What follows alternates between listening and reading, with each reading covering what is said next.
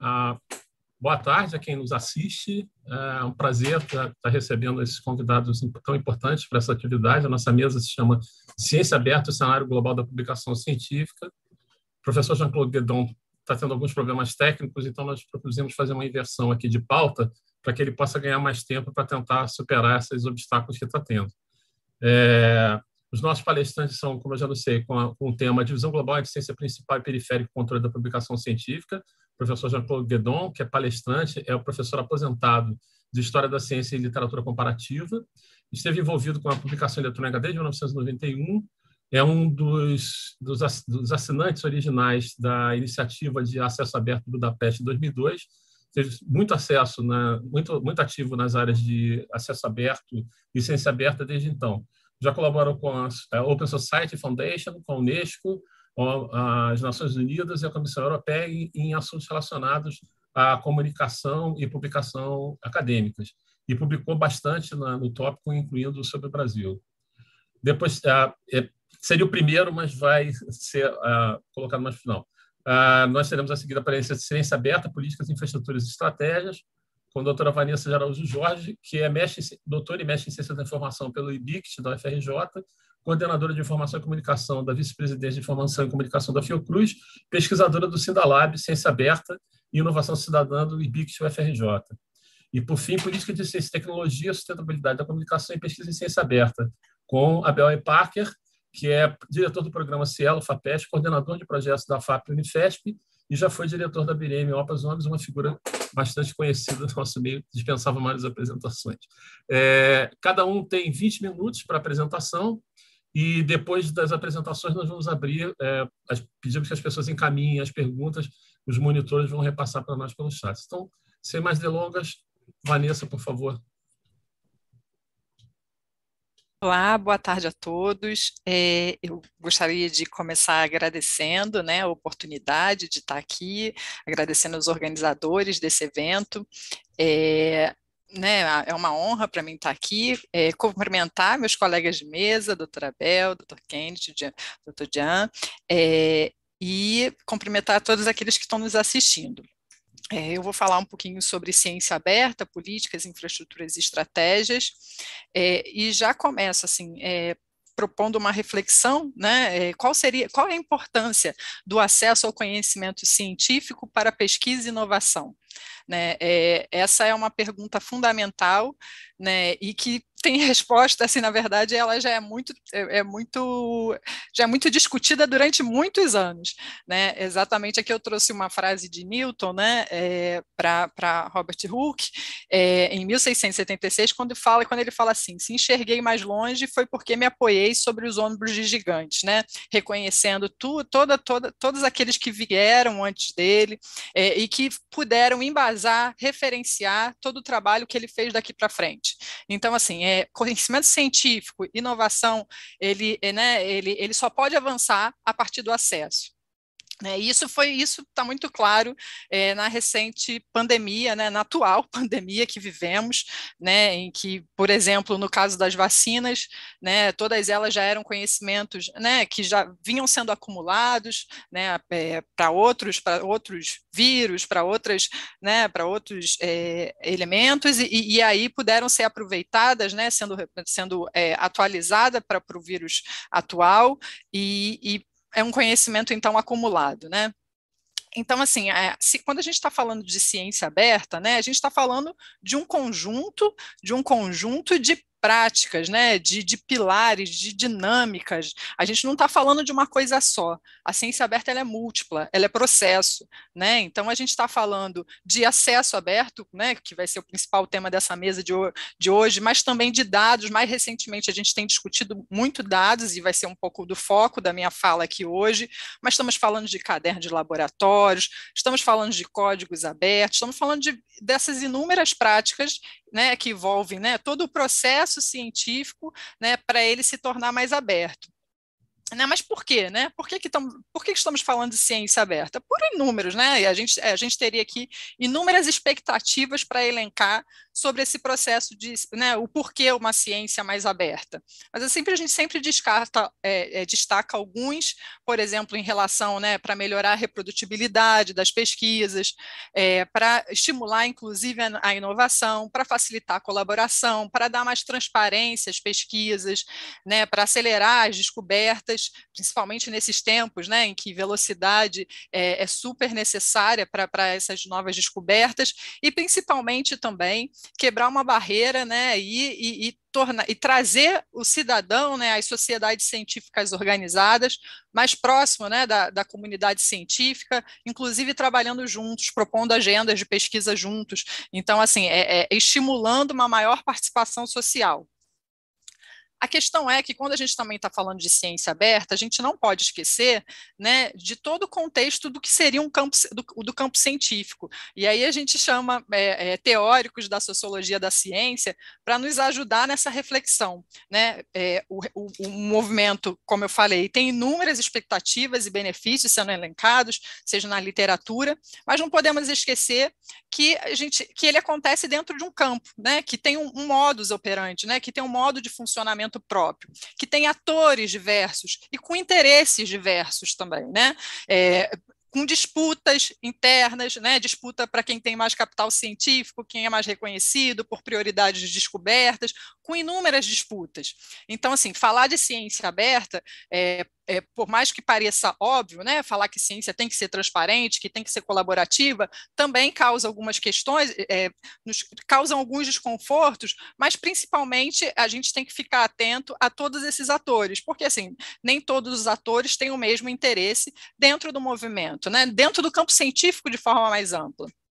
Então, e é um pouquinho disso também que de alguma forma eu vou destacar aqui.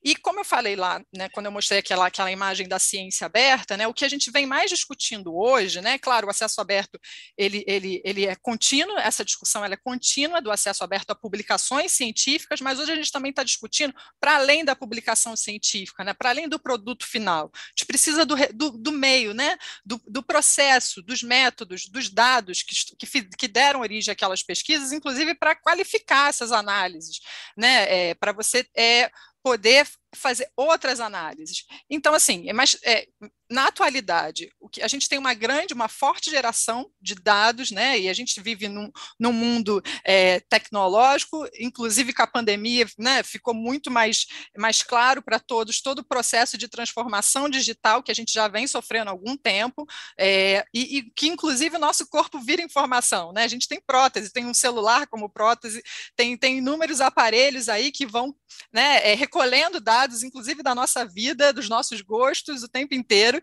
e tornando o nosso corpo, né, um conjunto de dados também. Nós somos os nossos dados.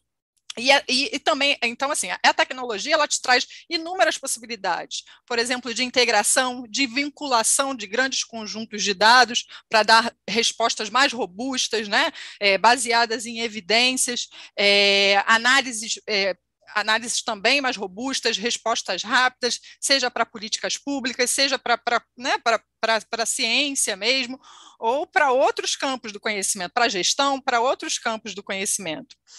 Também nos dá a possibilidade de inúmeras visualizações, e a gente sabe o quanto isso na pandemia foi importante para a aproximação, no momento que a gente vive um período meio sombrio em relação, né, a essa questão do negacionismo científico. Então, essa visualização, ela traduz um pouco, né, o que os dados, o que a gente tem de dados, e também não esquecendo, né, que dado, ele hoje é um ativo de desenvolvimento, né, ele tem um valor econômico.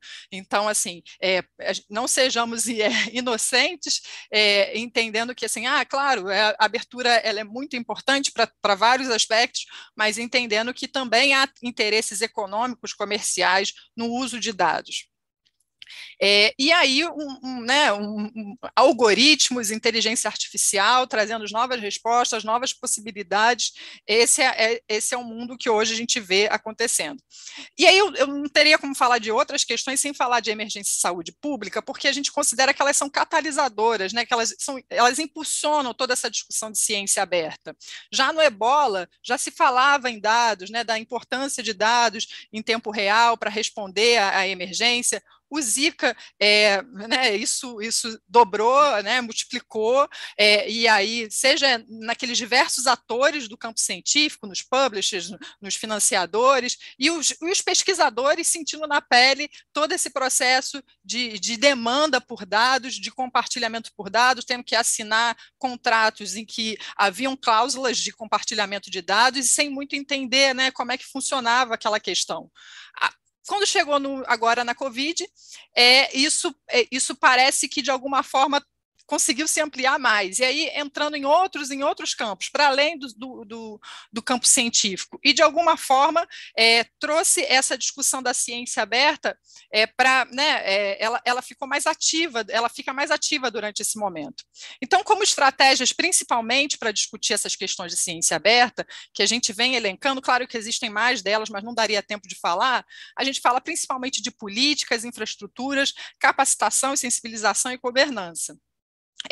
Já existem políticas em níveis nacionais, né, de diversos países aqui, de políticas de conselho de pesquisa, não daria para ficar falando de cada uma delas, mas inúmeros países já adotam essas políticas em nível nacional. Mas também em nível das suas agências de fomento, né, de organismos internacionais, de publishers, de instituições de pesquisa. Aqui eu coloco alguns exemplos, por exemplo, de agência de fomento, de organismos internacionais. Eu queria destacar a Unesco aqui, que dia 15, recente, né, alguns dias, 10 dias atrás, aprovou uma recomendação para a ciência aberta de forma unânime, né, entre seus participantes. Publishers também são um dos principais atores nesse sentido, e instituições. Aqui também, só para destacar, por exemplo, o NIH. O NIH é essa agência de fomento americana, também uma instituição de pesquisa. Por exemplo, ele tem 18 políticas de compartilhamento de dados. Ela tem uma principal, que foi desenvolvida lá em 2003 e atualizada agora, em 2020, mas ela tem políticas específicas para tipos de doenças, para tipos de áreas específicas, né? Então, assim, você consegue ver um forte apelo, e também inúmeras infraestruturas associadas a essas políticas. Em relação às revistas científicas, né, aos publishers, né, que publicam as revistas científicas, todos esses grandes publishers, principalmente esses comerciais, esses oligopólios, todos eles têm diretrizes para disponibilização de dados, e não sugerem, por exemplo, a maioria deles não sugere uma plataforma própria, eles indicam outras infraestruturas, mas esse grande grupo aí, todos eles têm diretrizes, né, de compartilhamento de dados. Aqui eu só trouxe algumas, por exemplo, porque eu queria chamar a atenção para as datas, né, que isso não é tão recente assim. Por exemplo, da PLOS é de 2014, por exemplo, do grupo Springnator é de 2016, e ele vem, inclusive, fazendo fazendo 4 tipos de políticas, né, meio gradual, essa questão do compartilhamento. Em alguns eles são só incentivados, em outros eles são exigidos. Essa é uma realidade que muitos pesquisadores já vivem, eles são exigidos, né, de compartilhar os seus dados. Como exemplo de instituições de pesquisa que já vêm trabalhando nesse tema, eu trago aqui um pouco da nossa experiência, daquilo que eu estou vivendo, né, da minha instituição. A Fiocruz aprovou uma política em 2020 de gestão, compartilhamento e abertura de dados para pesquisa, e vem discutindo esse tema, né, dos dados, do acesso aberto, há muito tempo, desde 2014, tem uma política aprovada, mas dos dados agora em 2020, com uma política institucional para apoiar esses pesquisadores que se viram naquela situação que eu falei para vocês, de contratos, de demandas, sem um pouco de suporte. Então, a Fiocruz decide estrategicamente dar esse suporte. Em relação às infraestruturas, né, essas que são tão fundamentais nesse ecossistema, né, de compartilhamento, de acesso aberto a dados e publicações, Por exemplo, em relação a dados, recentemente eu fiz uma pesquisa, meu pós-doc, eu analisei, por exemplo, 117 infraestruturas que estavam compartilhando dados de Covid. A gente vê uma multiplicidade, a gente não está falando de um objeto só, a gente está falando de uma multiplicidade aí de plataformas que disponibilizam, que favorecem o depósito de dados, né, e, né, como eu falei lá em cima, com interesses, inclusive, diversos, algumas delas cobrando para isso. A gente vê, nessa pesquisa, a gente vê, né, que os Estados Unidos continua, né, nessa posição entre os países que têm mais participações nessas infraestruturas, seguido por Europa, países da Europa. Essas infraestruturas, elas não são tão recentes assim, apenas 28% dessas 117 foram criadas posterior a 2020, na época da pandemia, mas existem muitas que já são usadas, que têm uma longa tradição, e aí, dependendo, por exemplo, na genômica, tem o DSAID, o GenBank, né? Então, cada área do conhecimento tem já alguma tradição nessas infraestruturas, e ainda o modelo de negócio delas ainda é o gratuito, mas o acesso aberto sempre nos coloca, né, alertas a essa questão do modelo de negócio, porque o acesso aberto ele vem com uma proposta e rapidamente o seu modelo de negócio é mudado, né, e os pesquisadores acabam pagando por APCs, né? Aqui só para mostrar que aquilo que eu mostrei lá em cima das políticas, né, confirma que essas agências de fomento com política de compartilhamento também são elas que financiam principalmente essas infraestruturas. Também, de novo, trazendo essa um pouco para a realidade nossa aqui, a Fiocruz já tem uma plataforma dessa de compartilhamento de dados, não necessariamente todos os dados que estão lá vão estar em acesso aberto, mas vão estar muitas vezes em acesso restrito, favorecendo uma colaboração, mas também em dados em acesso aberto. A gente já está assim, caminhando para os 193 mil arquivos dentro dessa plataforma, dados de pesquisa, e aí eu convido quem quiser conhecer para conhecer. Em relação àquela estratégia de governança que eu falei para você, que assim, não tem uma ordem de importância entre elas, mas também muito importante, que envolve toda essa discussão, claro que técnica, né, de padrões, de modelos para gestão, para curadoria de dados, mas principalmente também de uma governança jurídica, de uma governança ética, né, chamando para a responsabilidade dessas questões. Eu trouxe os princípios CARE, que eu acho muito interessante, que são princípios que discutem essas governanças de dados, de dados indígenas, né, que eles vão para além do técnico, eles não estão falando só, por exemplo, do dado ser encontrável, acessível, interoperável, reutilizável, mas eles estão falando de ética, de benefício coletivo. Então, né, é importante não perder essa dimensão nessa discussão para que possamos, de alguma forma, estar dentro desse contexto dessa discussão global de ciência aberta.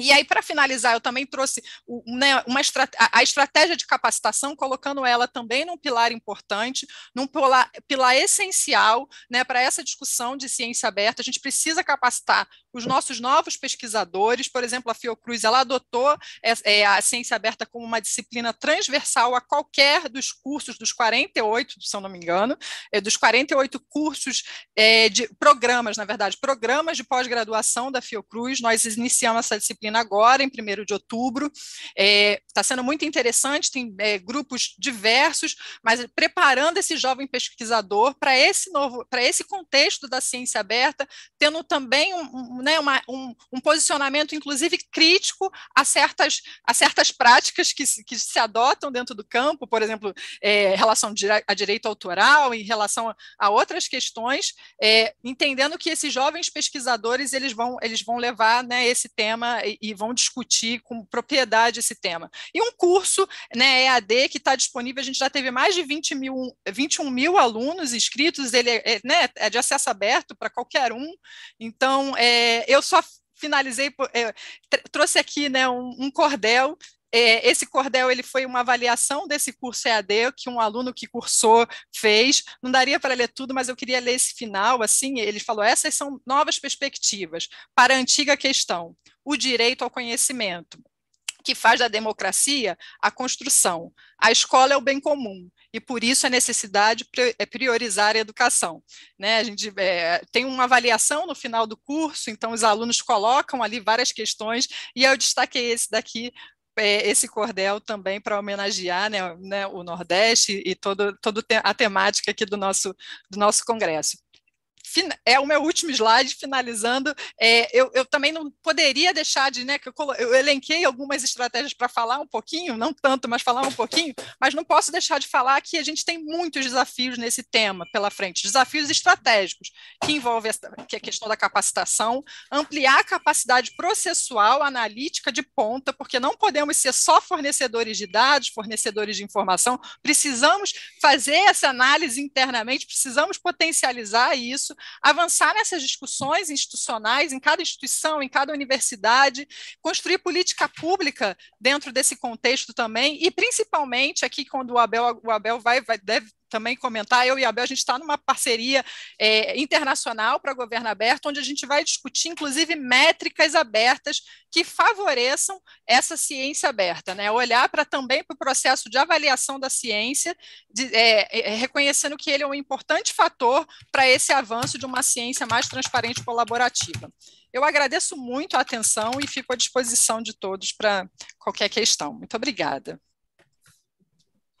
Obrigado, Vanessa. Obrigado por ter feito uma apresentação tão densa e tão rapidamente, precisamente dentro do tempo que foi alocado.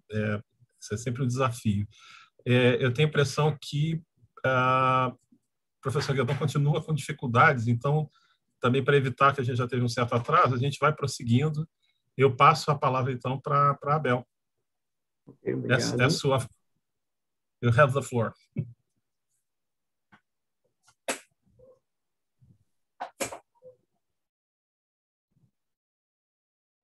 Bom, boa tarde a todos.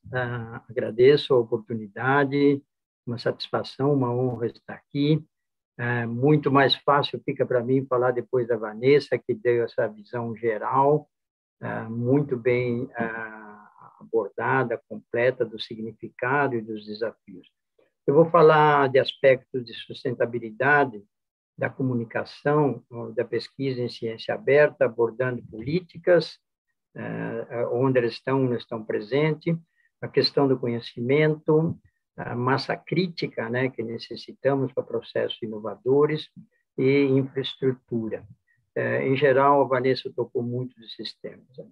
Então, estruture os processos de comunicação de pesquisa em ciência aberta e embutem a disponibilização de objetos de comunicação, né, objetos de comunicação de pesquisa, que informam protocolos, métodos, resultados e também pareceres, e a identidade de quem são responsáveis por esse processo, né? Que pode ser abertura de identidade entre os atores, por exemplo, entre pesquisadores e pareceristas, ou mesmo publicamente, né?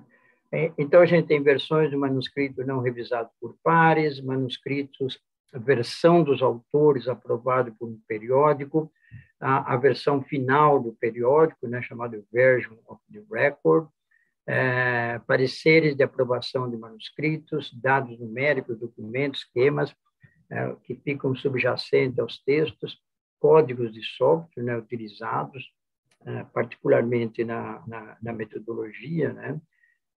E nós temos os moderadores, editores, autores, pareceristas, que são os atores desse processo, né?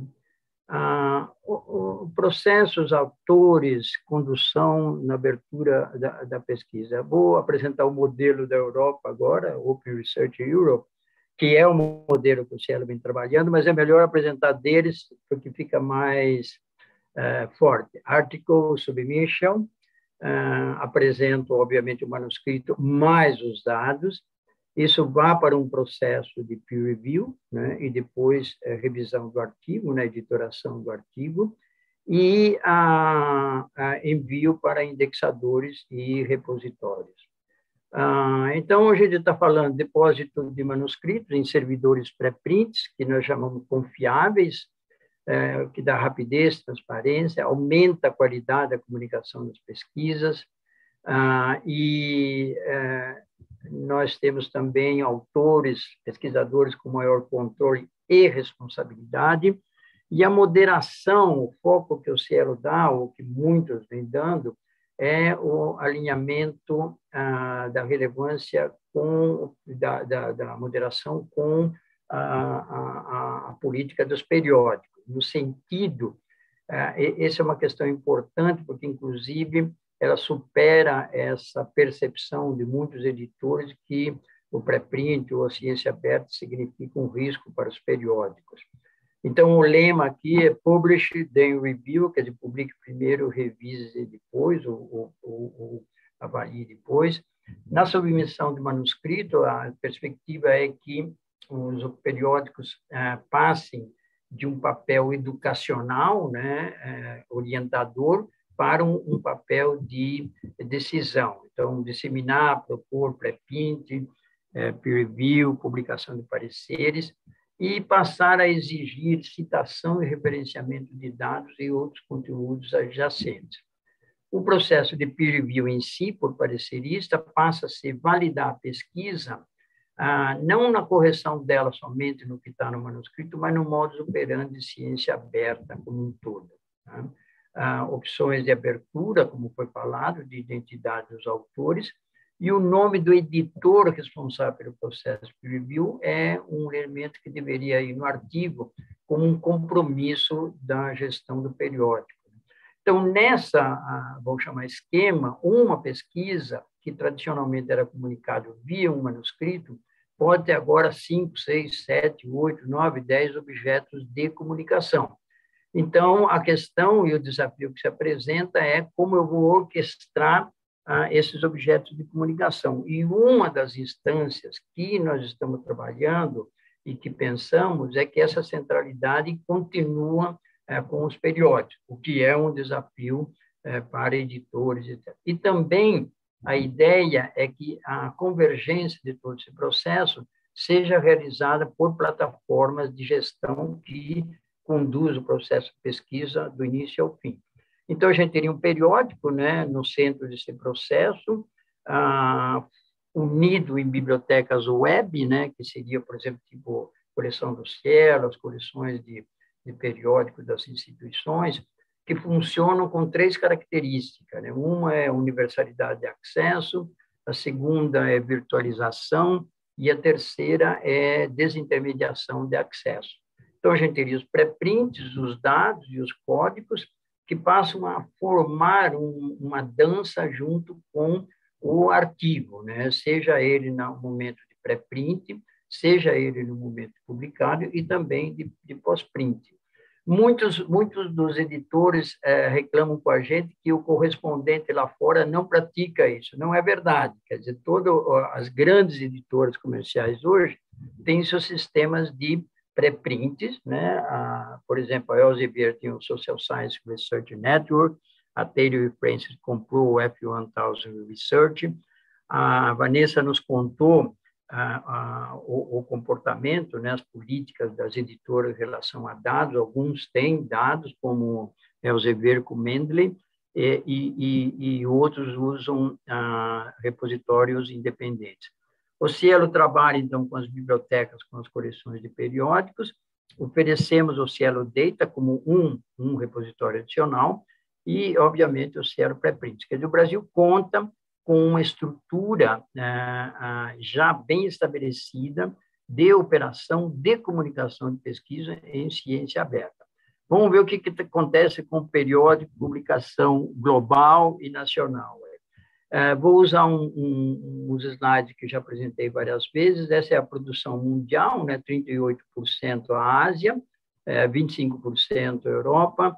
Entretanto, a Europa tem 47%, 48% dos periódicos que comunicam 52% da pesquisa. O Brasil é 2,6% da produção mundial, produz, né, 1,5% dos periódicos indexados e 0,9% da produção mundial. E a relação entre a capacidade de produzir e a capacidade de fazer periódico da Europa é 2 vezes, o Brasil é 0,35, quer dizer, teria muito espaço para avançar aí. Seguindo em frente, quer dizer, retomando da porcentagem de periódicos, se a gente for olhar periódicos em acesso aberto, a Europa continua em primeiro lugar e produz 50% basicamente dos artigos em acesso aberto. O Brasil já aumenta de 5% dos periódicos, 4% dos artigos. Mas quando a gente vai olhar a porcentagem de acesso aberto nos periódicos publicados, o Brasil lidera nesse conjunto aqui, né? E a gente vai ver que os Estados Unidos, que tem 11% dos periódicos em acesso aberto, publica somente 16% da produção dos periódicos dele em acesso aberto. Essa aqui é a evolução de documentos, né, e a evolução de acesso aberto. Se a gente olha o Brasil, eu tomei isso da Cimago, né, a gente vê que tem um crescimento da produção, então tem uma sustentabilidade de produção científica no Brasil, que chega a 2,7% da produção mundial. Em relação aos BRICS, cai, né, significativamente, devido provavelmente ao aumento da China, claro. Ibero-americana, estamos com 30%, e de Latinoamérica tem uma queda também. Aqui tem um crescimento da Colômbia, do México, de outros países, e o Brasil relativamente diminuiu a proporção.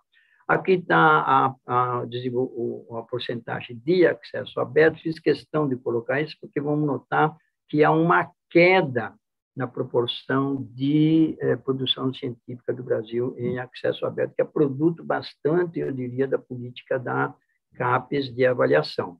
Se a gente olha aqui a produção mundial, só para mostrar, porcentagem de acesso aberto que inclui gold e verde, quer dizer, os que saem direto nos periódicos e os que vão para o repositório, nós temos um crescimento, né, da produção, variação mundial, mas quando a gente vai ver em acesso aberto, a gente vê que o Brasil está estabilizado, né, em termos de a produção dos periódicos do Brasil cresceu muito pouco, né, em relação a coisa, e a produção em periódicos de acesso aberto e repositório aumentou 0,2%. Quando a gente vai no Gold, a gente vê que o Brasil está diminuindo, como eu mostrei naquele último gráfico. Quer dizer, tem um problema de política de sustentabilidade de acesso aberto no Brasil. Importante destacar isso, porque o Brasil foi liderança nesse aspecto, né? Vamos seguir aqui agora para ver os publishers, né, quem está publicando, tomando ainda Scopus, 25 mil periódicos, 10 milhões de registros, isso em 4 anos, né, que a Scopus está trabalhando com Science, o CiteScore, 4 anos, e a gente vê aqui que 12 publishers publicam 50% dos periódicos e 6 publishers publicam 50% dos dados, né? Então, há uma concentração muito grande. E pior ainda quando a gente vai no primeiro quartil, né? A gente vai ver que a Elsevier sozinho produz 20% do primeiro quartil, tem 52% dos periódicos que estão lá, 33% dos artigos, e dela, 66% dos artigos da Elsevier estão no primeiro quartil. 12 publishers publicam 80% dos periódicos do primeiro quartil. Quer dizer, ali tem uma cerca que é muito difícil, por exemplo, os periódicos do Brasil avançar para o primeiro quartil. Aqui eu tomei Scopus Brasil, primeiro autor, né, que é chamado liderança, para ver mais ou menos a questão de custos, e a gente vai ver que quando o autor brasileiro pesquisador escolhe um periódico para publicar, o Brasil tem, os periódicos do Brasil dominam com 31%. Quer dizer, se fosse um publisher, os periódicos do Brasil estariam em primeiro lugar. E o Cielo sozinho tem 24%. Né? Então, a gente está falando que a gente tem uma infraestrutura de publicação significativa, que, entretanto, não merece, do ponto de nossa vista, um apoio em nível nacional. Quer dizer, tem um apoio muito bem sistemático da FAPESP, mas não tem um apoio nacional que a gente acha que seria necessário. A produção novamente, Brasil, primeiro autor, em acesso aberto, 43% dos artigos, Quando a gente olha com autores, colaboração internacional ou autor estrangeiro em primeiro lugar, a porcentagem aumenta. Quer dizer, a ideia que dá é que está havendo uma maior, vamos chamar, opção por acesso aberto com autoria estrangeira do que autoria nacional, né? E talvez também entre o APC aí como um problema. Vamos seguir aqui. Aqui é a questão, uma tabela para mostrar onde estamos com os valores. Vou destacar só 2 números para entender a tabela. Tomando a PLOS, Public Library of Science, nos 4 anos, os brasileiros publicaram 2.735 artigos com o primeiro autor do Brasil. O preço do APC muda, eu tomei vários, hoje vou tomar esse valor médio aqui, então, multiplicando isso daqui por isso, o Brasil pagou, né, teoricamente, supondo que tenha pago, 5 milhões de dólares, na verdade, que é euros, mas são dólares, o que significa mais ou menos 1.200.000 por ano, né? Se eu tomar a Elsevier, que publicou 4.886 artigos em acesso aberto, num APC médio de 3 mil dólares, isso daria, então, multiplicando 14 milhões. Multiplicado, dividido por 4, daria 3 milhões de alguma coisa, que multiplicado pelo total de artigos publicados na Elsevier, arroja um valor de quase 40 milhões de reais, que é mais ou menos a estimativa que haveria se fizesse um desses acordos transformativos para que o que se paga no acesso aos periódicos cobrisse os APC. Aqui eu pus vários valores, né, de estudos da mediana, primeiro quartil, máximo de valores de APC para diferentes conjuntos de periódicos. E tomo também esse artigo aqui, que foi publicado recentemente, Current Market Rates for Scholarly Publishing Services. Esse artigo foi publicado no F1000 Research, que eu destaco aqui rapidamente a primeira página do artigo, para mostrar o que é acesso aberto público, né? Do lado direito aqui tem os reviewers, né? Os pareceristas convidados, e quando a gente clica aqui, a gente tem os pareceres deles, e o processo de melhoramento do manuscrito até que ele fica publicado, né? É um processo que a F1000 começa com pré-print e segue, que foi aquele gráfico, aquele fluxo que eu mostrei lá no começo. Então, o estudo que o Grossman, que tem um site de acesso aberto, é um professor reconhecido, com muita experiência em publishing, ele calculou muito detalhadamente e fala que os custos de produção de um artigo varia de $237 a 700, 750 dólares, dependendo do cenário, né? Se você tem cenário que a equipe é contratada, paga, ou se você tem um cenário onde tudo é feito por uma empresa, um publisher, por exemplo, um cenário B, onde você tem uma gestão que contrata diferentes serviços, né, que acontece muitas vezes no Brasil, e você tem aquele modelo que é um modelo de mínimo, né, tipo o uso do Open Journal System e soluções muito parecido com o que o Brasil tem, que varia, então, nessa proporção aqui, né? Então, Agora, um estudo que a gente fez do Cielo, há 2 anos, 2019, onde a gente fez uma pesquisa junto com os editores, deu uma mediana do custo de artigo de R$1.000, né? Varia com a área temática, o que significa aqui que, na época, o dólar era 4, que a gente está falando dentro daquela tabela em torno a $250. Calculando vamos chamar, a soma de todos os artigos e o custo dos artigos, dividindo, a gente chega a um custo médio dos artigos do Cielo de 1.700, tanto que chega a $400, quer dizer, está naquela média de produção. APC, usado hoje por praticamente 50% dos periódicos Cielo, a gente tem a cobrança, quando a filiação é nacional, em reais, R$900, o que dá, novamente, aqui em torno a 200 e tantos dólares, né, com o dólar a 4. Resumindo tudo, o APC, fazendo conversão de dólar para reais, etc., estaríamos trabalhando com perto de 1.400, né, 1.500, que dividido por 4 dá 300 e tantos dólares de APC médio. O custo de APC estimado, que está sendo recuperado pela coleção Cielo Brasil, pelos periódicos, é em torno a R$10 milhões. Há um perigo, obviamente, sempre aqui de ficar gostando muito de dinheiro e entrar para o predadorismo, mas a gente tem que tomar muito cuidado com isso. O total de custo da coleção Cielo, que são hoje 300 periódicos e 22 mil artigos, é em torno a 40 milhões de reais, que dá mais ou menos 10 milhões, que é 8 milhões, uma fração de 10% do que a CAPES gasta com a assinatura de revistas. Quer dizer, tem uma relação interessante aí para a estrutura de mercado. Indo um pouquinho para frente, se a gente olhar a produção no Brasil, tomei os dados do Cielo que a gente tem, porque do conjunto dos periódicos é muito difícil.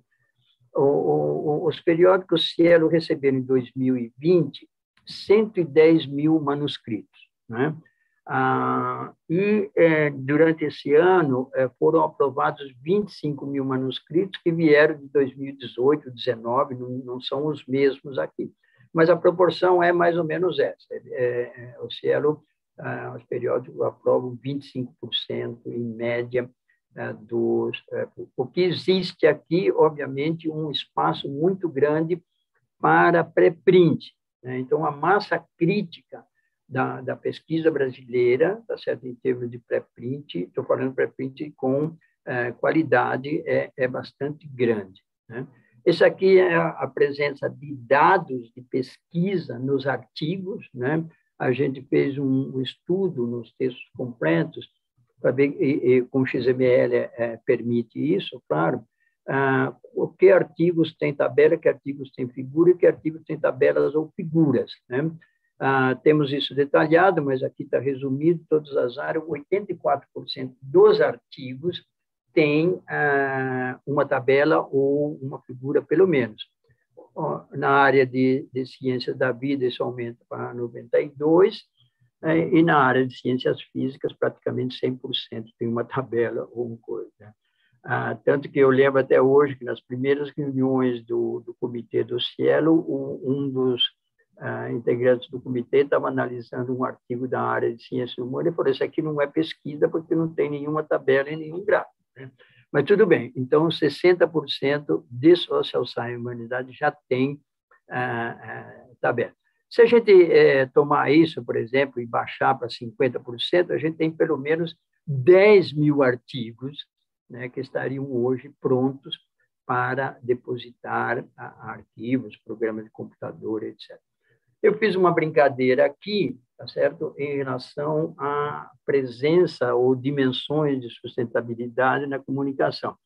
Depois, ok, 0, ausência, 1, tem uma manifestação, um início, quer dizer, está começando, 2, estabelecido, e 3, é uma liderança. Então, em políticas de acesso aberto, eu pus 2 mais, né? Porque a liderança do Brasil que existia, ela está deixando de existir em termos da produção global, que foi como eu mostrei, que está havendo uma queda sistemática de curva, de coisa, que é produto da política do Qualis, basicamente, incentivo de publicar ou de emplacar um artigo em determinados periódicos, independentemente de outras condições, particularmente se é aberto ou não. E a outra questão, que talvez possa estar afetando essa queda também, é a capacidade de pagar APC. Conhecimento Brasil tem de sobra, né? Portanto, tem liderança na questão de acesso aberto, tem massa crítica, como mostrei, lidera está entre os países que lideram acesso aberto no mundo e tem infraestrutura nas universidades. A própria Vanessa mostrou a liderança da Fiocruz, né, com política e com soluções de infraestrutura. Pré-print, ninguém apoia pré-print no Brasil em termos do Sistema Nacional de Ciência e Tecnologia, né? Todo mundo não quer se comprometer. Conhecimento, a gente tem conhecimento estabelecido, porque o Cielo, o IBIC e outros já desenvolveram, né? O Cielo o Cielo Pré-print é um servidor confiável, ele pratica todas as normas e boas práticas, mas entre os editores, por exemplo, do Cielo ainda não está absorvida a questão do pré-print, e a gente espera, né, que até o final de 2023, pelo menos 200 periódicos dos 300 estejam com políticas definidas em relação ao pré-print. Massa crítica, como mostrei, tem e sobra, né, disponibilidade, e infraestrutura também. Na questão de dados, eu coloquei um mais porque nós temos políticas, né, da FAPESP, o CNPq, CAPES e outras FAPES fazem menção, mas nenhum deles tem política realmente de exigir, né, que é isso. Conhecimento, eu pus 2-, né, porque, novamente, é a mesma situação. Os periódicos têm um desafio tremendo, né, para ter a capacidade de operar agora o artigo, né, com as sinapses para o que está subjacente aos artigos, dados, programas e etc. Então, conhecimento aqui ainda a gente tem que passar para 2 mais e 3, né? Massa crítica, como eu mostrei, tem suficiente, e infraestrutura, estamos bem. Quer dizer, tem vários repositórios no país. O repositório nosso usa Dataverso, mesmo que a Vanessa mostrou, é impressionante o número de arquivos que a Fiocruz já tem, quer dizer, que mostra que é possível, né? E peer review não tem nenhuma política, ao contrário, recentemente o edital da CAPES, né, ele insinua que não aceita a abertura de peer review, tem que esclarecer melhor uma das cláusulas lá. Conhecimento, muito pouco ainda, há muito temor, né, há muito preocupação em iniciar experiências. Eu pus um aqui, porque, obviamente, se fala muito, e tem alguns começando, né? E massa crítica, não temos massa crítica de experiência, e não temos massa crítica de gente, de autores, editores, etc., pareceristas que aceitam isso, né? Tem até pesquisas que se faz consulta, que o parecerista fala, não, se for aberto eu não faço, eu não participo disso. Quer dizer, tem uma vamos chamar, dificuldade muito grande em superar o modelo ou experimentar mudanças. E infraestrutura 2 metros. Bom, Kenneth e todos, era isso que eu queria compartilhar. Muito obrigado. Obrigado, Abel. Infelizmente, nós não conseguimos superar os problemas técnicos, né, com relação à participação do professor Guedon. Ele pede desculpas, mas nós vamos ter que ficar nas 2 apresentações, que de qualquer maneira foram muito boas. A gente já tem uma pergunta aqui, mas eu queria só rapidamente fazer alguns comentários. Primeiro, parabenizar, né, mais uma vez, as apresentações que foram feitas, e já levantar alguns tópicos também para a gente discutir, né? Quer dizer, Vanessa, acho que tocou em alguns pontos muito importantes. Eu acho que o ponto de partida de qualquer discussão dessa tem que ser uma coisa que é meio óbvia, mas merece ser repetida, né? Que não existe ciência sem comunicação. E quanto mais comunicação, mais ciência, melhor ciência a gente vai ter, e obviamente, isso inclui não apenas a comunicação entre cientistas, mas com o público em geral, né? O que não quer dizer que a gente não tenha também uma série de desafios aí para enfrentar, e eu acho que vocês também colocaram vários deles, né? Eu acho que que é uma dimensão complicada, e uma vez mais Vanessa mencionou isso, é a questão dos interesses econômicos aí. Primeiro, em relação à própria publicação científica, né? Eu acho que essa coisa da captura do acesso aberto por interesses econômicos, ela ficou bastante clara, né? Quer dizer, é até peculiar do ponto de vista de alguém que estuda a história da ciência, você olhar a grande oposição que houve no primeiro momento das principais empresas de publicação científica ao acesso aberto, e rapidamente todas elas encamparam, todas elas criaram as suas versões de acesso aberto e cobram tarifas altíssimas, né? Que é uma coisa bastante complicada, né? Que é esse custo dos APCs, Article Processing Charges, que tornam proibitivo para muita gente, embora ela tenha tido o mérito de fato liberar o acesso ao artigo para leitores, para os autores tornou a questão bastante mais complexa, né? Em relação a essa questão da abertura, de novo, quanto mais aberto, em princípio, melhor, né? Mas a gente sabe que existem dilemas éticos também envolvidos nisso, principalmente quando a gente está na área da saúde. Proteção de sigilo de pessoas e a grande questão que é a competição econômica, de novo, né? Os interesses econômicos por trás de patentes, licenciamento, propriedade intelectual, que tem sido um obstáculo considerável. Eu acho que é uma coisa que a gente tem que discutir, né? Da mesma forma, com relação aos preprints, embora seja de fato uma iniciativa interessante, eles também se tornaram um grande problema na pandemia, né? Uma série de artigos de qualidade duvidosa, para ser bastante generoso, foram colocados, e assim, eu acho que talvez tenha que haver um debate mais amplo em relação ao que significa um preprint, porque eles foram apropriados na discussão geral e boa parte do negacionismo com relação a vários aspectos com relação à pandemia foram baseados em artigos que foram colocados em preprint, alguns, infelizmente, até depois publicados em revistas de maior ou menor seriedade, né? E uma última coisa que eu queria chamar a atenção é que já existem guidelines até para essa coisa. Eu chamaria a atenção particularmente do TOPS, né? Eu esqueci o que é a sigla, é o Transparency and Openness Promotion Guidelines, que é muito interessante porque pega um pouco essas, meio nessa lógica até que o Abel estava falando no final, e ele tem gradações, né?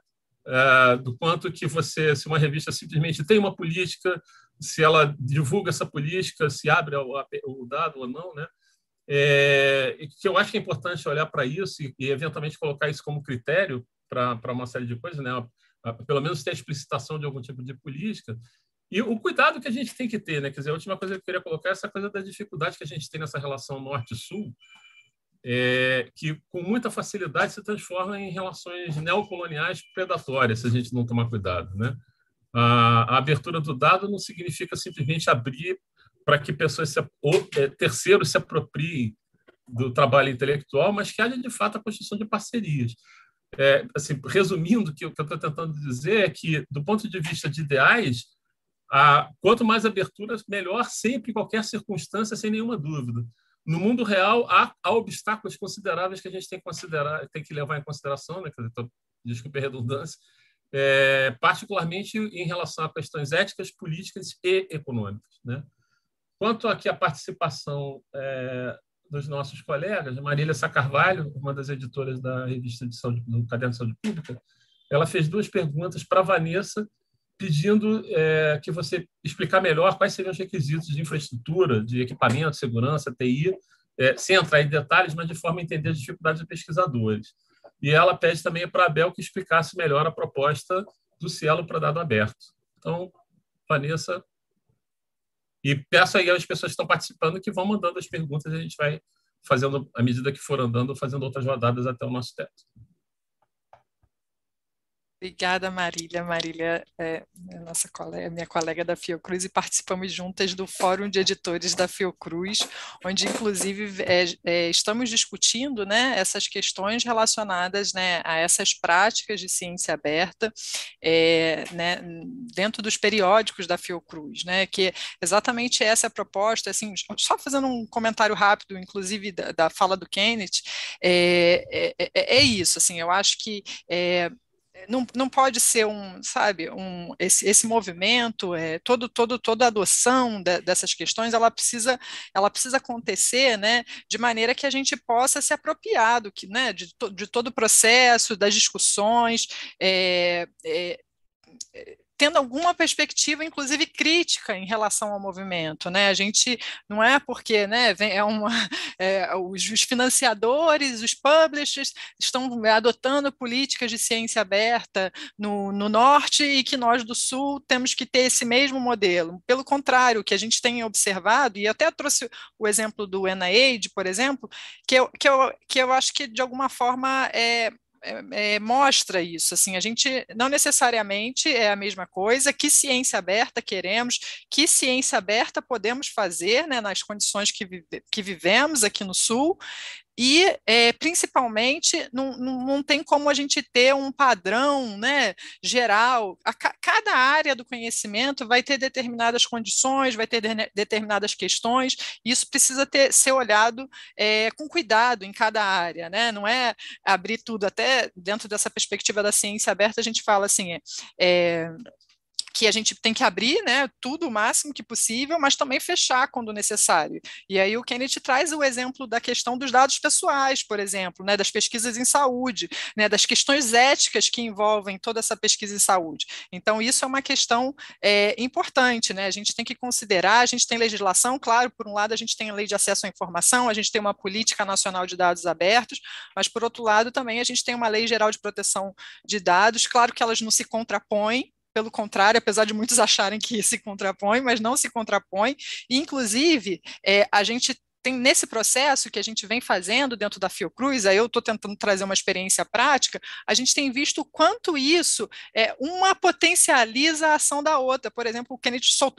comentou sobre patentes, né, sobre questões de patentes, sobre inovação tecnológica, né, o quanto que quando você vai discutir ciência aberta, abertura, você também potencializa a ação dos grupos, né, que discutem também. Então, a gente tem feito isso junto, inclusive, em toda a governança da política de gestão, compartilhamento e abertura de dados, esses grupos eles estão inseridos, tanto o fórum de comitês de ética, como o fórum de gestão tecnológica, nós estamos discutindo isso junto. Mas, especificamente, eu acho que a pergunta da Marília é muito interessante para mostrar, assim, né, querendo comentar o quanto essa pergunta é importante nessa discussão para os editores, por exemplo. Tudo bem, dados abertos, que tecnologias vamos utilizar, que infraestruturas,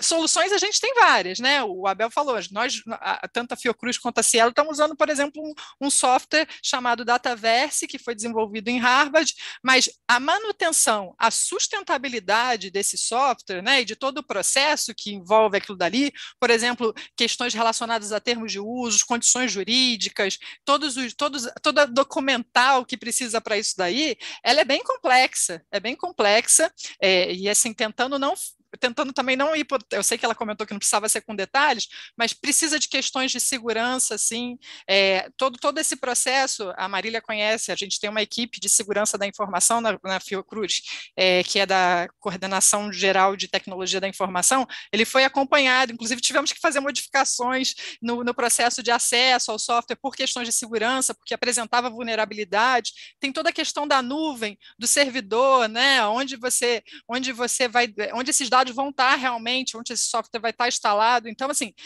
tem condições complexas e caras, né? Porque aberto é diferente de gratuito. O aberto ele tem um custo, e o Kenneth falou aqui da questão, o Abel falou da questão das APCs, a gente entende, o aberto tem um custo, né? A gente não é só abrir, né? Tem toda uma questão, tem um custo envolvido com isso.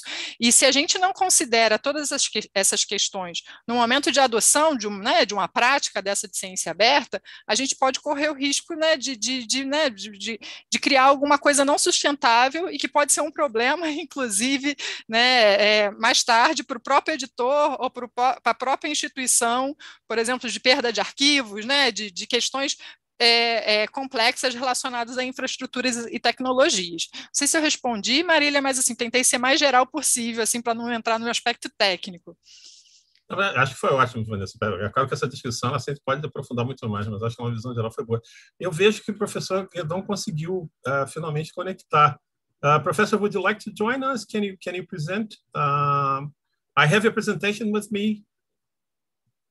Eu tenho a sua apresentação aqui. O senhor está com o microfone aberto? Não. Sim, sim. Peço desculpa a todos. O problema é que não estava funcionando com meu navegador, e se eu queria instalar o aplicativo, eu tinha que passar pela caminho de segurança para passar a senha. Caso contrário, meu computador se recusava a instalar. Então, como estávamos fazendo isso no momento, Eu fiquei bastante frustrado. O que eu devo fazer? Nós gostaríamos de ver a sua apresentação. Eu tenho ela aqui comigo. Se o senhor quiser, eu posso passar os slides. Se não puder compartilhar os seus slides. Se você puder, acho que seria melhor. Se você compartilhar a sua tela, mas eu posso fazê-lo se você preferir. É só você me dizer. São vocês me ligando aqui no telefone? Não, eu não estou. Então, não se preocupe. Vamos esquecer isso. Deixa eu me começar, então, se vocês puderem. Se vocês quiserem. Muito bem.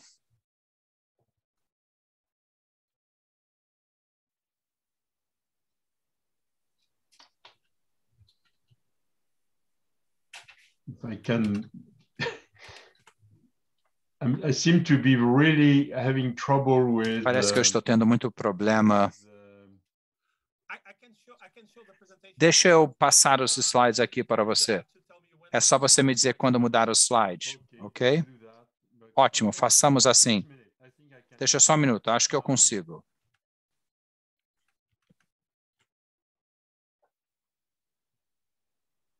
So the green button at the O bottom. botão verde na parte inferior.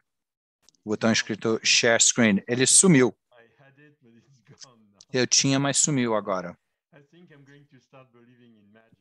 Eu vou começar a acreditar na mágica, assim. A tecnologia sempre nos pega peças, né? Estou me sentindo bem confrontado. Para alguém que escreveu o livro sobre a internet, isso, na realidade, é bastante interessante, né?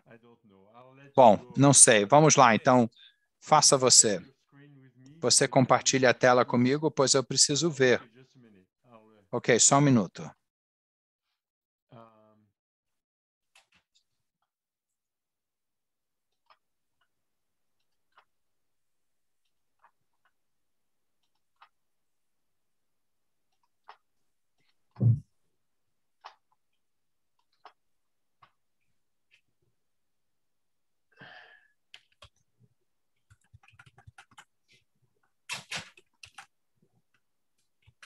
This is crazy.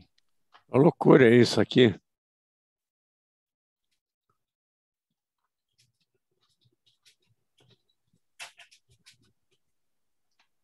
We see just an X. Estamos vendo apenas um X.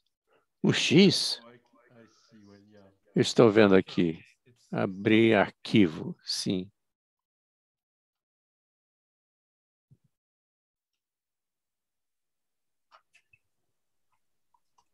Can you see it now? Dá para ver agora? Sim, perfeitamente. Melhorou? Sim, melhorou. Funciona bem. Muito bem. Então, começo agora? Sim, vai em frente. Com certeza. Muito obrigado pelo convite para apresentar essa apresentação tão cheia de dificuldades que... Muito obrigado pela paciência e por terem esperado. Chama-se Conhecimento Aberto. Eu quero falar sobre o problema que quero levantar nessa apresentação, que é como você realinha a editoração científica com a comunicação científica, que pode soar um pouco estranho, porque em grande parte da literatura, a questão de publicação científica, a questão de comunicação científica, são geralmente ficam confundidas. Eu quero distinguir entre as duas. Eu vou tentar explicar a diferença e por que faço essa distinção. Eu começo com uma questão ampla e profunda. Qual é a natureza do conhecimento humano? Imediatamente jogo duas possibilidades que realmente têm a ver com a crença ou autoridade. Conhecimento humano é algo que tenta existir sem ter qualquer recurso a qualquer tipo de, digamos, fonte externa que nos dá conhecimento, como a fonte divina. Desculpe, estamos vendo apenas a primeira transparência, não viram a segunda. Eu vou passar para a segunda, o que eu vou dizer agora. Estava olhando minhas próprias transparências, é por isso. e não depende de autoridade baseada no poder, por exemplo, professores e alunos. É a verdade que você tem que acreditar. Depende de um diálogo aberto, discussões, correções e refutações. E é o pano de fundo geral para todo o conhecimento humano que vamos discutir hoje. E depende disso, na troca livre, aberta e processos abertos livres de comunicação. Então, quando digo que conhecimento é o que chamo uma conversa excelente que ocorre ao longo do tempo e espaço entre as pessoas que se sentem autorizadas ou têm a capacidade de participar nesse grande diálogo ou conversa. Então, conhecimento científico, então, tem sua especificidade que é validado de maneiras muito específicas, que são muito importantes para lembrar, se quisermos compreender o que acontece aqui. Tem que dizer fatos, sejam naturais, observações naturais ou construtos experimentais, observações experimentalmente construídas. Elabora, então, uma narrativa sobre esses fatos que permite pontos, predições observáveis ou verificáveis. Então, testa essas predições. Então, e depois, quando você testar as predições, está correndo demais, avançou demais. Ainda estou na quarta transparência aqui. Você me mudou. Só estamos vendo a capa. É a tela errada, porque não vemos a apresentação, só a capa com o título.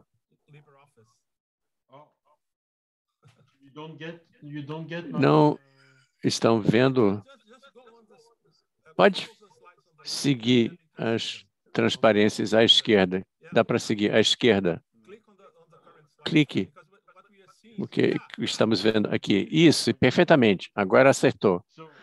Então, testa a predição que você fez e você se testar positiva, então a narrativa.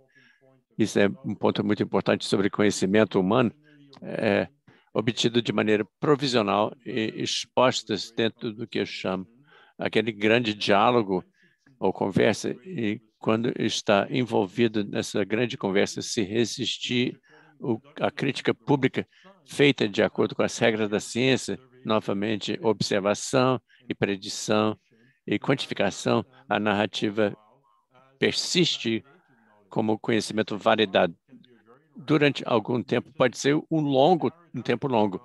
A narrativa sobre o universo de Newton resistiu 3 séculos de Newton, 3 séculos e meio antes de ser subvertida pelo Einstein. Então, isso é o que eu quero dizer com o conhecimento validado provisionalmente ou temporariamente. Então, o resultado disso tudo é a conclusão que é simples: o conhecimento não é certeza, é nosso melhor esforço coletivo. Devemos realmente ter isso em mente. De fato, como paradoxo, as crenças pretendem ser mais certas do que o conhecimento humano, e pode ser a maior fraqueza da crença, enquanto o conhecimento científico sempre se corrige e cresce. Então, a exposição do conhecimento, a grande conversa, é o que você chama publicação. A ideia de comunicação e publicação tornam-se muito importantes. Publicar é o momento que você publica, é que a validação do conhecimento torna-se importante para a criação do conhecimento científico. É o momento quando as narrativas que você expôs, ou seja, hipóteses, podem ser absolutamente rejeitadas. Se for rejeitada, é absolutamente rejeitada. Se não for rejeitada, pode ser aceita de maneira provisória. Por isso que a ideia de como você faz a publicação e como você aceita provisoriamente o conhecimento. Tudo isso é tão importante juntamente. Então, isso explica, como eu digo aqui, que a fase da publicação é estrategicamente importante para a construção do conhecimento. É nesse momento que a ideia de publicação torna-se crucial, e nesse momento a publicação tem que trabalhar de tal maneira que se alinhe com a comunicação da informação entre os cientistas. Então, em outras palavras, o que eu quero dizer é que os processos pelos quais o conhecimento é universalmente validado têm que ser em continuidade, em uma extensão do que acontece dentro dos laboratórios ou entre os cientistas se comunicando informalmente com cartas, com e-mails, com telefonemas, com conferências, com seminários, o que você quiser organizar. A fase de publicação é o momento que você começa a passar de uma validação muito local de equipe para uma validação universal, que se alinha disso. A fase da publicação tem que ser feita de tal maneira que a seleção de o que vai ser publicado deve ser totalmente em continuidade com o que os cientistas todos gostariam que acontecesse, que não fosse pela interferência das dimensões que podem se aplicar ao processo científico. E o problema que nós temos hoje em dia é que o sistema atual da publicação ou editoriação científica se separa das necessidades de comunicação científica, se separa porque é produzida por um imperativo comercial que não estão alinhados com aqueles da produção do conhecimento científico. Também é organizado em torno do mercado, o mercado é estruturado por um tipo de competição baseada em periódicos, não resultado de pesquisa, mas os títulos dos periódicos são tratados como mercadoria. Então, os processos que fazem esse sistema de publicação, editoração avançar hoje em dia são fortemente influenciados e interferidos por interesses comerciais e objetivos comerciais que não têm nada a ver com a produção e o fazer da ciência. A tarefa da ciência, a competição entre periódicos que é baseado no mercado, é baseado numa métrica espúria que chama-se o fator de impacto. O fator de impacto é espúrio porque não se refere à qualidade, mas se refere, ao contrário, à visibilidade dentro de um determinado grupo, talvez a popularidade, moda, etc., questão de moda. Mas a qualidade propriamente da pesquisa só faz parte do processo, na melhor das hipóteses, do sistema de editoração, que tenta fazer duas coisas ao mesmo tempo: responder às necessidades da comunicação dos cientistas e responder aos objetivos comerciais dos editores comerciais ou editoras comerciais. Como resultado, estou indo muito rapidamente, eu tenho que organizar isso de maneira diferente para realmente colocar e demonstrar isso tudo, mas por isso, muitas questões, muitos problemas, muitas perguntas, muitas abordagens e linhas de investigação de programas de pesquisa que podem ser de interesse para um país como o Brasil, permanecem marginalizadas ou negligenciadas, e quando em revistas que não fazem parte do sistema de concorrência organizada pelo fator de impacto, no Web of Science, por exemplo. Bem, então, esses resultados permanecem marginalizados. É a questão antiga que na ciência que nos aflige há muito tempo, é que a produção da ciência em países como na América Latina, ou o que chama-se o Sul Global. Eu não gosto desse termo Sul Global, mas eu vou usar aqui como um rótulo fácil. Então, devido a essas formas estranhas de concorrência entre periódicos organizados pelas editoras, o grande diálogo é limitado dentro de limites artificiais que são definidos por um clube comercial e, ao mesmo tempo, o grande diálogo está sendo distorcido pelo tipo de bolhas intelectuais que são a corrida por resultados em certos momentos podem criar. Todos corremos para um problema específico e nada mais está acontecendo em relação a outras questões difíceis, porque está sendo ignorado pelas editoras que selecionam o sistema inteiro. Então, por exemplo, a pandemia atual revelou a divergência entre as necessidades de comunicação científica e as realidades da publicação científica. Como resultado, muitas editoras lidam com muitas ressalvas e muitas condições, liberaram o acesso à literatura publicada porque se dão conta que estavam prevenindo a comunicação científica num processo de construção científica.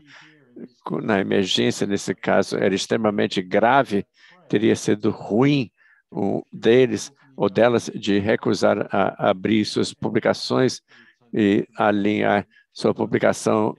E como vemos, a necessidade de ter uma crise para fazer isso ilustra que entre a publicação científica e a comunicação científica existe uma grande lacuna que não é bom para a construção do conhecimento científico.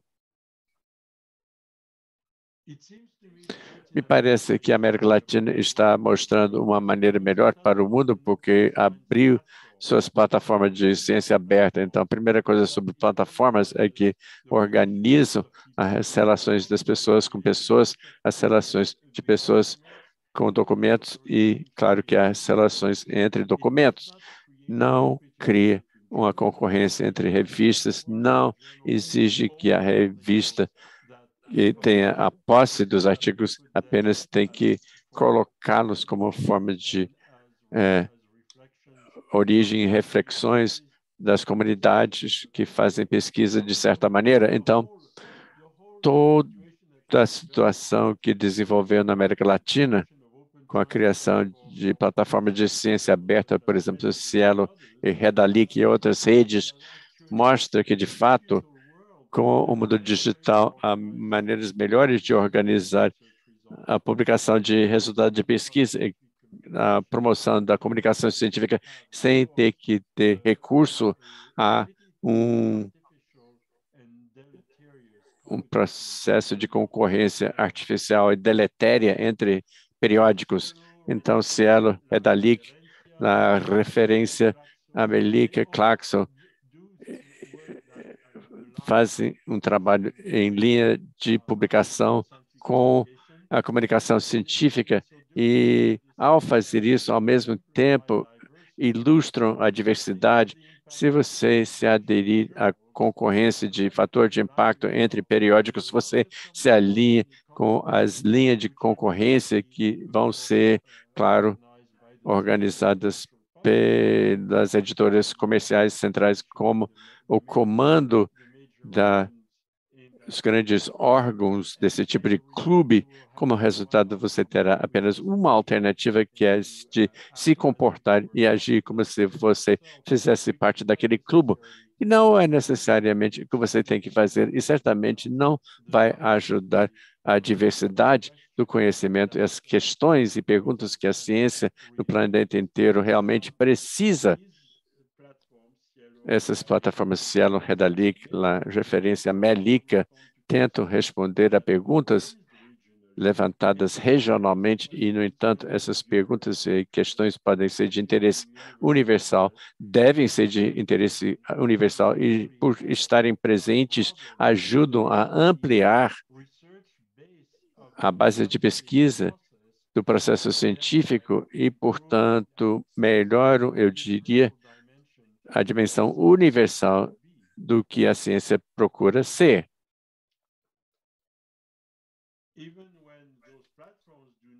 É mesmo quando não concordam totalmente uns com os outros, que já aconteceu às vezes e que às vezes leva a discussões difíceis, essas plataformas mantêm uma atitude que exemplifica a profundidade, o profundo significado da diversidade, e também mantém essas questões das publicações que não estão vistas com os objetivos comerciais.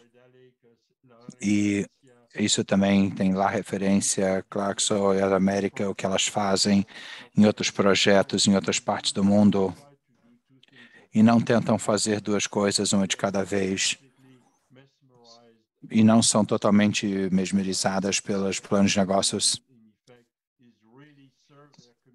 Atender suas comunidades, seus países, suas regiões, suas perguntas relacionadas com tudo isso, ao dialogar com o resto do mundo, nas formas que os cientistas naturalmente tentam dialogar com os outros se não estivessem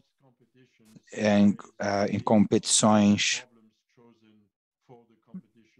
problemas para essas questões do interesse comercial das editoras.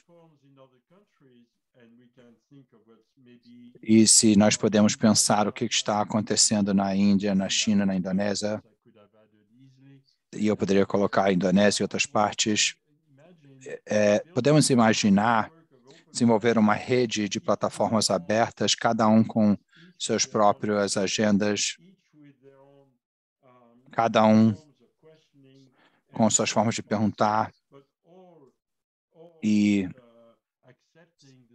todos aceitando a mesma nível rigoroso de publicações que a validação do conhecimento científico de fato exige, e dessa forma poderiam formar uma série de situações onde a diversidade poderiam desenvolver a influência das editoras comerciais. E essa perspectiva que a América Latina está muito bem posicionada e tem um papel muito importante nesse movimento.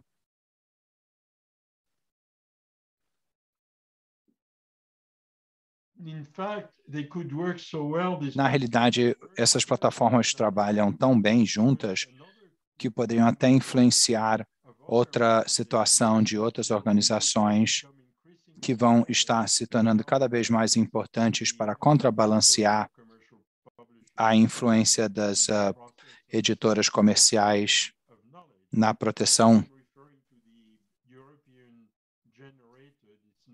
dessa europeia, que não é puramente europeu, mas a coalizão gerada na Europa, que já trouxe várias perguntas profundas e algumas objeções muito importantes de algumas organizações latino-americanas.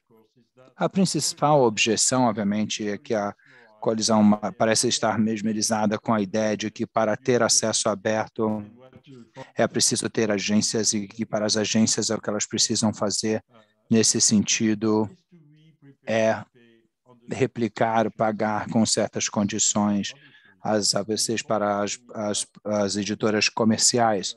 O que é importante é que se essas plataformas estão falando da América Latina e outras partes do mundo, é de juntar e convergir com as agências de financiamento que estão forçando a ciência aberta, o acesso aberto.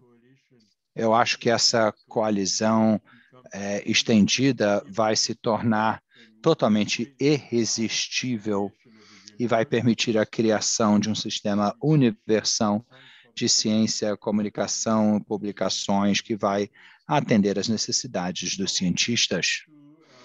Então, para encerrar essa breve apresentação e mais uma vez pedindo desculpas por todos os problemas que nós enfrentamos, a divergência atual entre a comunicação científica e, obviamente, o papel central que os publicadores estão fazendo, criando formas de exclusão, inequidades, injustiças. Acho que na América Latina há soluções que podem ajudar a resolver esse problema, e eu já tentei muito rapidamente ver aquilo que pode ser feito nesse sentido. Se a América Latina pode se colocar junto e as pessoas podem trabalhar juntos, nós podemos fazer soluções que podem ser muito interessantes para o resto do mundo fora do setor comercial. Obrigado. Muito obrigado, Guidon. Foi uma excelente apresentação. Infelizmente, em função do adiantado da hora, a gente não vai poder continuar com a discussão, né? Eu já recebi uma sinalização aqui da organização, então eu queria agradecer muito, mais uma vez, a todos os participantes, agradecer a quem estava nos assistindo até agora, e queria deixar o desafio para que a gente possa continuar essa conversa por outros meios, né?